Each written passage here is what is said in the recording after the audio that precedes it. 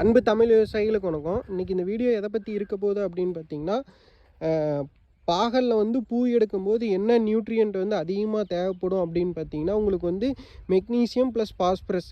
ஏன் அப்படின்னு பார்த்தீங்கன்னா, உங்களுக்கு வந்து பூவை வந்து காயாக்கிறதுக்கு வந்து உங்களுக்கு வந்து பாஸ்பரஸ் யூஸ் பண்ணுது. ப்ளஸ் உங்களுக்கு பூ எடுக்கும் போதே பார்த்தீங்கன்னா, பாகலில் வந்து கீழே இலையில் ஒரு செவட்டை வரும். எதனால் அப்படின்னு பார்த்தீங்கன்னா, மெக்னீசியம் பற்றாக்குறை செடிக்கு வந்து பத்தாமல் இருக்கிறனால வரும்.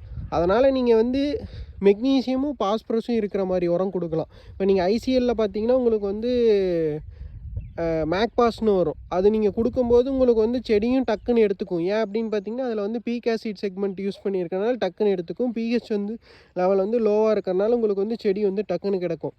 அந்த உரம் நம்மளுக்கு வந்து கிடைக்கல அப்படின்னு பார்த்தீங்கன்னா, நீங்கள் வந்து எப்சோ டாப்புன்னு இருக்குது.